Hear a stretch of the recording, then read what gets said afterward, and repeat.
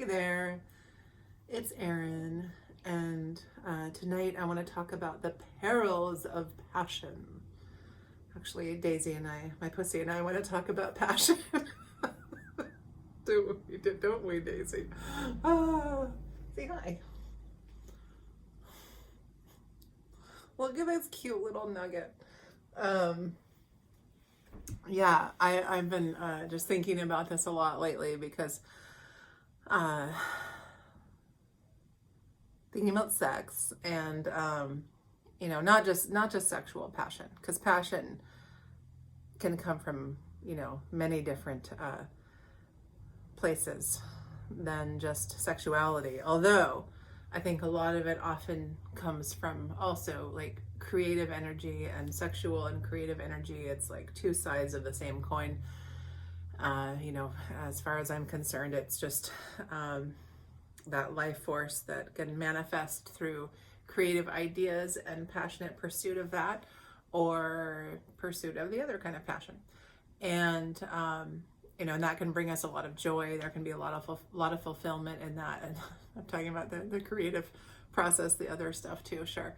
A little bit temporarily, it's like it feels so good if you're, in that physical sort of ecstatic bliss with somebody, and there's that connection and the chemistry, and the dopamine is going and all of that, and it's amazing.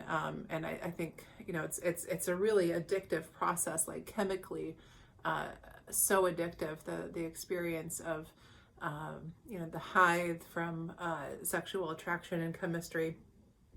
And whether it's actually physically like having sex with somebody, or just even flirting or intriguing or talking about it, it can be so stimulating. And yet also, so can the creativity. It can be so stimulating and energizing. And I do find a lot, especially with meditation practice, a lot of enlivening of creative energy and clarity of creative ideas, and ideas for projects, and the desire to do those. And I find, especially with meditation, with transcendental meditation, I get a lot of ideas, just like a seed form of an idea, and then I come out, and executing that idea is so effortless. Like it just becomes just like second nature. You just go about your day, and it just sort of flows through you very easily. It's kind of what a lot of people describe as like the flow state, or being in the zone. That's one of the things that I particularly love about meditation. But I know I have so many artist friends who don't have a meditation practice, and I'm sure everyone can relate to that creative process. It's so satisfying, and it's like you want to have that joy and thrill, and that excitement from it. And then and then if you're lucky, you get also to bring that out, and other people get to enjoy it. And then their enjoyment brings you more enjoyment. It's just this endless loop. I've heard a lot of artists talk about, musicians in particular, talk about sort of the reciprocal give and take nature of performing on stage, and the audience feedback. And even just as a teacher, somebody who I've stood in front of groups of people, I don't know how many, thousands of times, and talking about meditation, or other aspects of life. And it is very like it's energizing. It gives you a boost. Teaching at night I find particularly difficult, because then I would get home from work after teaching all day and giving some talk at night, and it would take me forever to wind down. So it's just and that's been my passion. Teaching is a big passion of mine. And I was talking in a video that I posted earlier about setting boundaries and having healthy boundaries, and how difficult it can be for a variety of reasons. And I find, particularly because so much of life can actually be really fun, and it's hard to sometimes step away from things that bring you some enjoyment or excitement, and to take time for yourself. And I've seen this a lot with people people who are in spiritual related jobs are often this is a normal thing to just give and give and give. Same with artists. A lot of the really famous artists that I've worked with talk a lot about this experience, how you give so much of yourself, and the more successful you are, the more you have to give, the less time you get to take for yourself, and then the time that you do have for yourself, every like little minuscule detail is is being analyzed and scrutinized, so it's even your personal time and space gets taken away often, and so many people have that. Who Not everybody is in the necessarily in the entertainment industry because they want to just give and give and give, but a lot of people are, and and it does make it harder to really give to yourself, and you feel really depleted if you just keep giving and giving and giving. And I have found like daily meditation practice sort of helps set a balance with that, but there are things that I've had to really learn and how to restructure my life. And one of them I mentioned a little bit about in an earlier video, and I've talked about this a few times in Instagram posts before. A few months ago, I think it was sometime mid to late summer, I was talking about, I made a post. It's something like, don't take it personally, they're just horny, something like that. Like, don't take people's sexual advances or interest in you, or even their declared love or affection toward you personally. It often really has nothing to do with you, and it's more their internal. It could actually be love. There could be an exchange of actual love and intimacy, but so often, and definitely in my experience, so often, it's the perceived value of love, that attraction, that little jolt of whatever it is, whatever it is. It might be kind of mild pleasure. It might be more extreme pleasure, but and it might just be feelings of affection and like wanting to be with that person or whatever. And I've fallen in this. I think we're totally brainwashed through pop culture and like Disney movies, romantic comedies, to have this sort of fantasy idea of that somebody's going to come along and everything will be peachy keen from that point forward, and we attach ourselves to that idea that we have to be with somebody else in order to feel complete and whole. And it's a real false narrative that does a lot of damage. And I often wonder, like, even do I even know what love is? Like, I really don't know, to be honest. I think I do. Like, I know when it feels really good, but I also know from like being with people in a physically intimate way, it's like I'll get so it's like getting really, really high on heroin, and then it can take days to come off of that. And there can be really painful withdrawals if there is withdrawal period, or and there often is, and that is not love. That is like an addictive tendency. That is something that is getting a hit off of somebody. Even my partner for the last year we were in a monogamous relationship. We've been friends for much longer, and we love, like, we still love each other. We're not even together, but we still love each other a lot. And we say that often, and yet even we question it. Like, is it, like, do we really, like, is this really love? Like, is this, I don't know. I really honestly don't know. But I know that there's a lot of trust. I know that there's a lot of what's the word, compatibility in terms of friendship and creativity and all that. but this like universal cosmic love that is so blissful and it's everywhere, and we have, we can access it, we can enliven it, we can experience bliss, we can experience ecstatic, just energy, regardless of like if we're with somebody else or not. This is something that it's there everywhere. Like we can just tap into it, and we can experience it through our nervous system, and we don't need another person. We also don't, and I know not all of my friends agree with me on this, because most of my friends drink and or do drugs. A lot of them do, but we also don't need chemical substances, drugs, to experience either a state of ecstasy or bliss, or even like very psychedelic experiences, very trippy experiences. I mean, I haven't done drugs or alcohol in 23 years, and I experience a lot of really pretty far out, trippy, psychedelic experiences,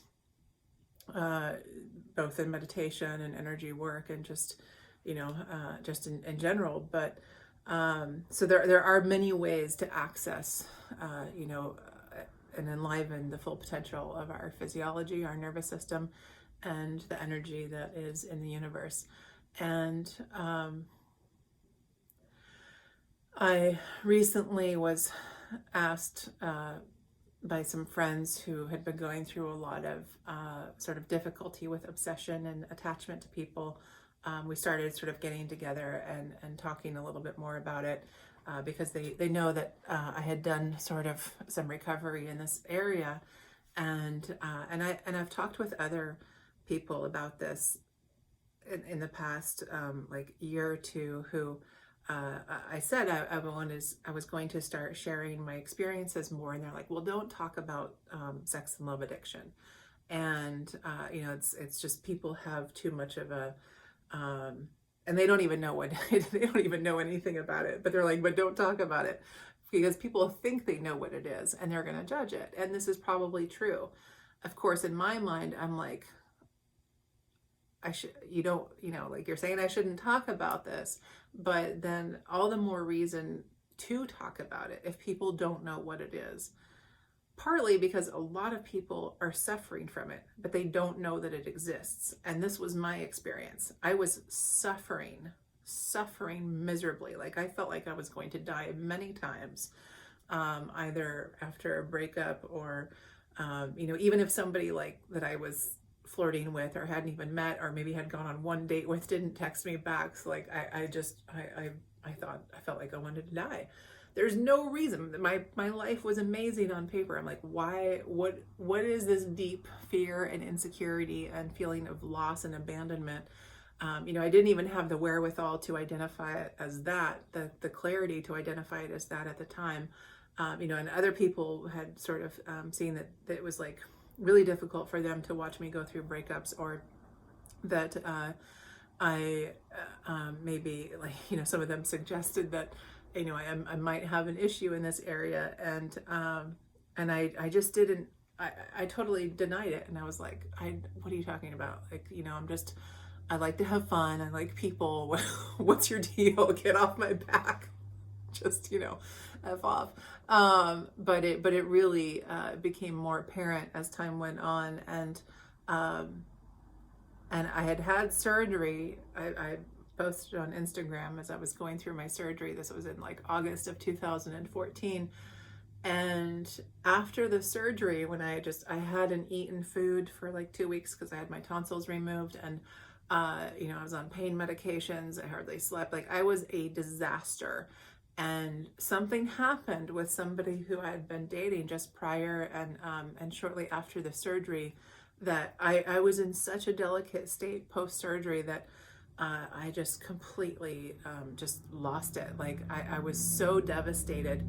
I didn't even know this person or really care about this person, but I just was so devastated that I had to do something. And I remember, somebody had, a friend of mine had talked about being in Alcoholics Anonymous and not dating the first year, and another friend had suggested that that I might have an addiction to people and or sex. And I, I, which again, I was very much in denial of, and I wasn't wanting, even like sex. I was wanting connection and health and like a healthy, loving relationship.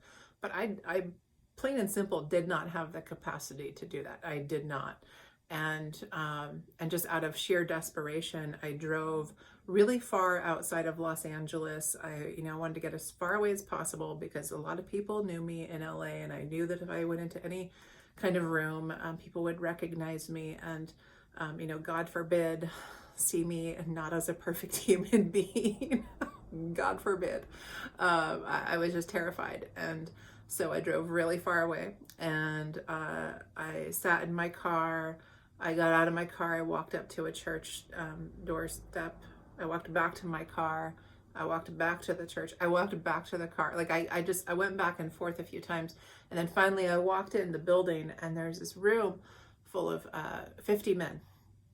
And I was like, oh shoot. I walked in, I'm like, are women allowed to be here? And they're like, yeah, come on in. And you're just the only one here. And after that, I was so intimidated and kind of thrown off by that experience that I thought, well, there has to be something else. And so I just kept looking online, and I eventually found Sex and Love Addicts Anonymous. And this is, just the term, it's like, what is, like, how can you be addicted to love? Like, love is love is good, it's great, there's nothing, and there's nothing wrong with sex, there's nothing wrong with love. Especially like if you're having healthy intimacy, which I was not. I didn't know how to do that. Most people that I know do not know how to do that, but they also don't know that they don't know how to do that.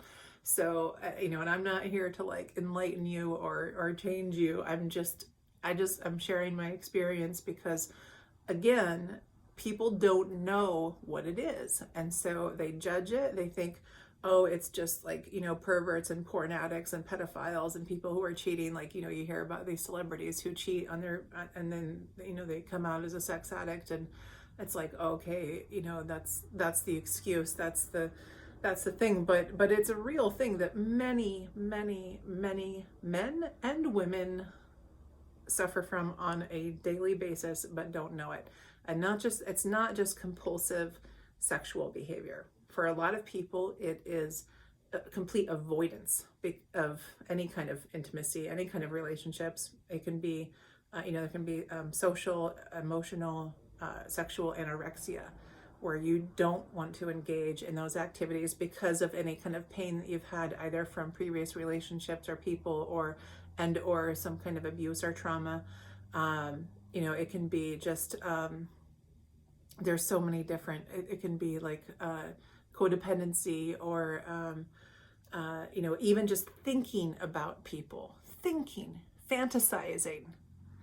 This is a major one, and one that I think a lot of people spend a lot of time doing.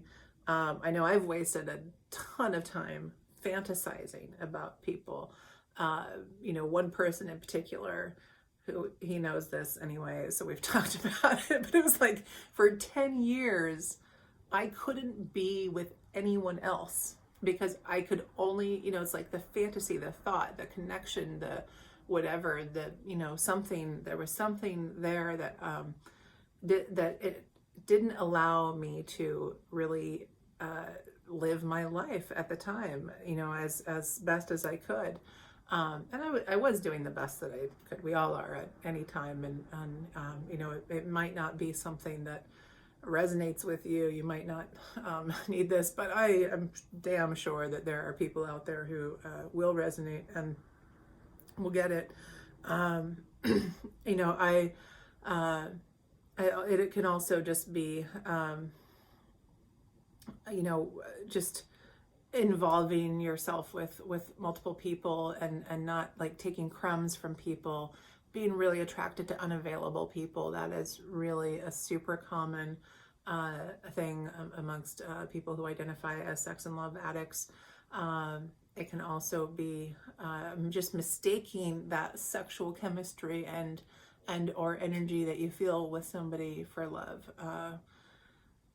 giving them magical powers, assigning them, as some wonderful being and your savior who's going to make everything in your life great, or just really like turning your power over to them, to another person, to the feeling, and seeking that kind of experience of happiness and joy and fulfillment outside of yourself. And so even though like I've been on a spiritual path for many years, and thought, well, I have that connection deep within myself with like, this universal energy of love and intelligence. And I thought surely that would be enough. But I still was very much wanting that physical aspect. And I don't mean physical, like just sexual, but I mean like, like having a partner. When I really hadn't been in a real serious relationship. Like I've had a couple partners who I've dated for a year, long distance in my adult life, and then this past year, it's okay 3 now because I just ended a relationship, or we just decided that it wasn't going to work out for because I didn't want to be in a long distance relationship anymore. So, but thing is, I have a smile on my face right now when I say that. And this is not something that ever would have happened before. It maybe like a long time ago, but even relationships that were like a week or 2 months or something, I would be devastated when they ended. And I realize it's like being in a partnership with somebody who's like a real friend, that I don't know that I even need or want a relationship, but having friendship and living in a town right now. I'm in this amazing town and community with just so many cool people, where you have these connections and friendships, and it's so satisfying, just to have a connection. And that's really what it comes down to, I think, for many addictions, whether it's sex and love addiction or narcotics or alcohol. It's the lack of feeling connection with either yourself, and not everybody relates to these terms, but your God or higher power, this sort of more universal intelligence or energy, or our connection with other people. And there have been studies shown that like rats who if they're in a more nurturing environment, the addiction tendencies decrease. And I feel like that is a big part of it too, is not just like seeking some sort of recovery and acknowledging that you have some addictive tendencies and seeking recovery for that, but also doing counteractive actions, not just stopping the addictive behavior, whether it's drinking or whatever, but finding something else to replace it with, some positive action. And that could be exercise, going to bed early, writing, journaling, prayer, meditation, eating good foods, getting out in nature, anything. I'm just, anything. You have your things that I'm sure that you really like to do. Doing those things, finding a spiritual community, finding some school or course that you want to take, that you really want to expand your understanding of some area of knowledge. Doing these things that are going to help you grow as a more fulfilled individual, while also looking at your shit and dealing with it, which I can tell you is not easy if you're a stubborn bitch like me. It was very, very difficult, and it still is very difficult. I am still doing it. I'm, working with a group of amazing people right now on this, and it's like, oh, damn, I can't just like hide behind the BS that I used to hide behind and think that everything's okay. I think that, or like, be okay with certain behaviors, either in myself or other people. Again, the boundaries that come into play. When you're more clear and have boundaries for yourself, you're much less likely to attract and interact and engage with people who are going to be toxic for you in one way or the other. I'm not saying it'll never happen or that you're going to be completely immune to it, or that I'm completely immune to it. I am not, and you know, I still have to you know, figure this out on a regular basis, and also check myself a lot. Like, I have to check myself a lot because I mess up all the time, you know, in a variety of ways. But I say that, and that does, you know, I am kind of hard on myself, and I'm not as hard on myself as I used to be. That's for sure.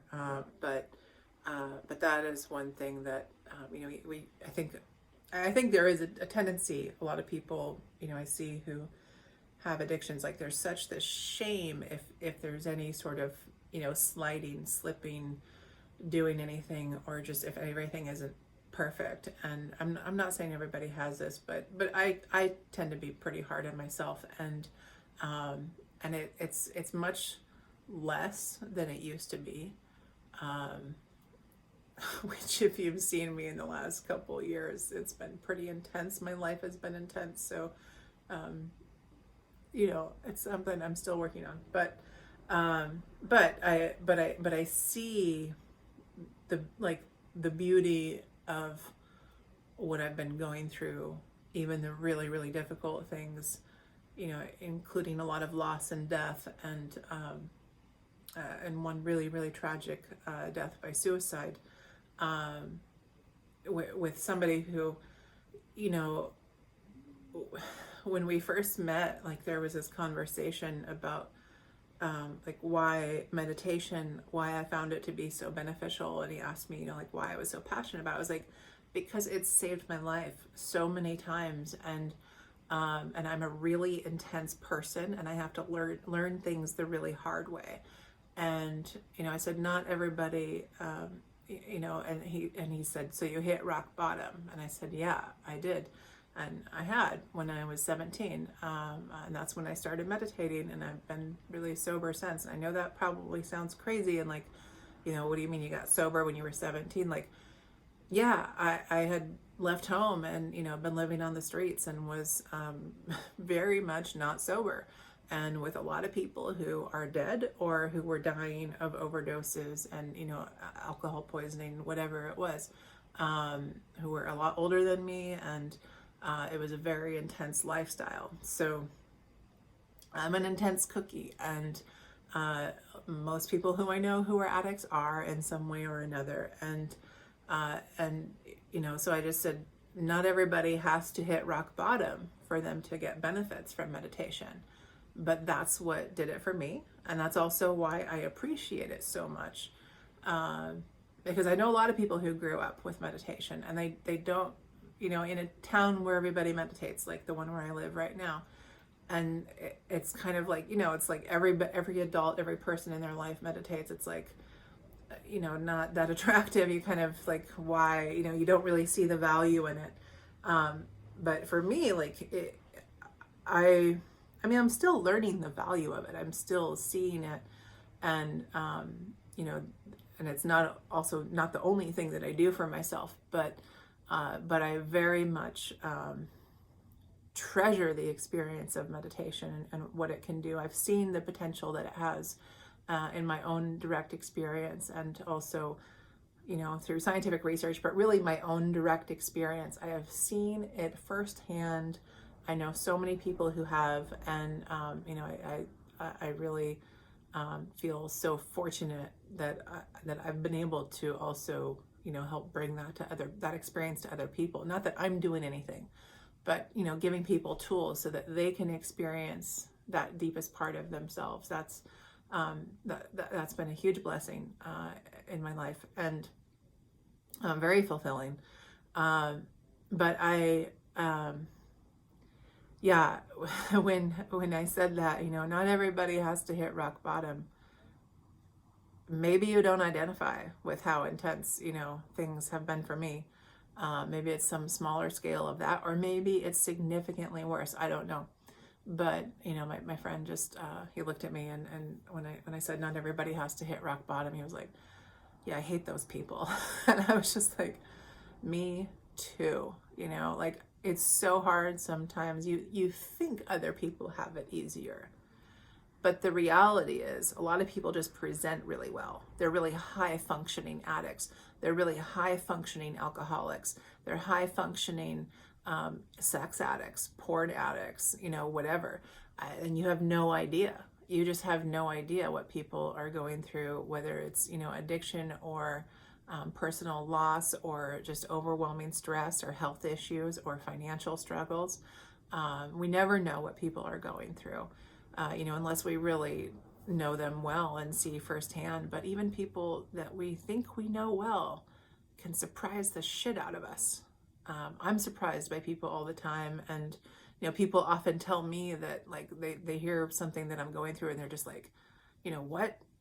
Like, this is crazy. This is, people that I don't always talk about what's actually been going on in my life, like in specific detail online, but people that, that I've worked with closely in therapeutic settings and stuff, I tell, and they're just like, this is the most dramatic story that I've ever heard in my life ever. Like, it's crazy. And, and then I'll listen to other people who are checking in with what's going on in their lives. And I'm just like, holy shit, you experienced that and you're still alive to tell the tale?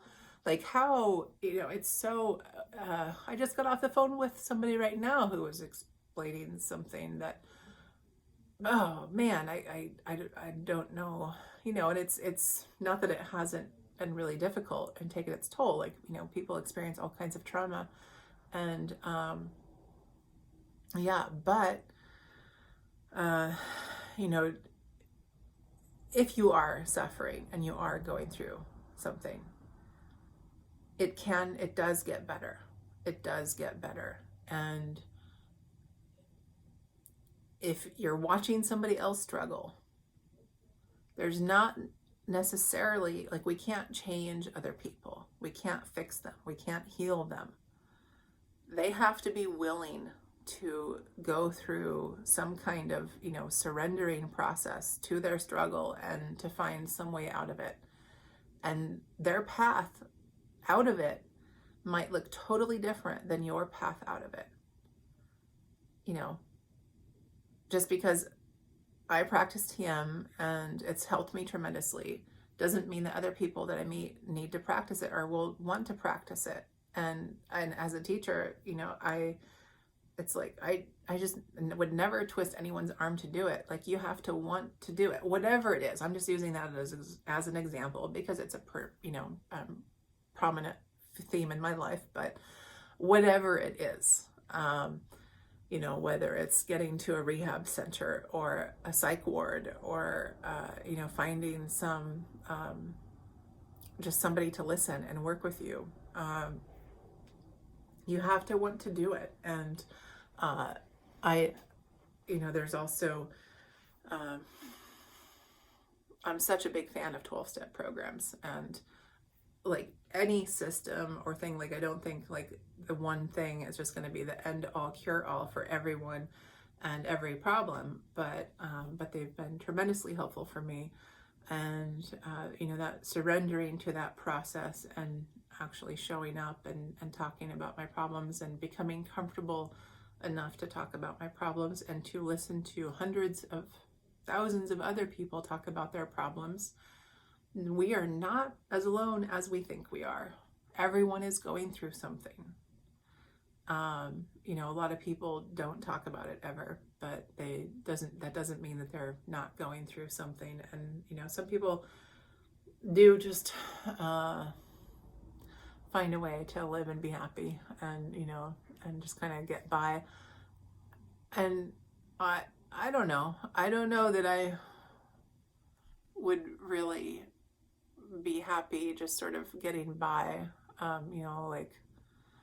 don't know that I would be. I feel like I've always wanted more and find it very difficult to live in like a monotonous sort of 9 to 5. I have a very fulfilling job right now. So I love my job right now. I love it. So I am in that sort of position, but I also have, a lot of things that I'm interested in and pursuing outside of that. And I'm finding a lot of joy in that as well. So, you know what I mean? Yeah, I think you know what I mean. Anyway, I wish you the best. I hope you find, if you are struggling and suffering, I hope you find something that works for you. In case you don't know, there's literally a 12-step program for like almost anything. You know, food, eating too much, not enough, sex, too much, not enough. Is there ever enough? Or never, complete avoidance.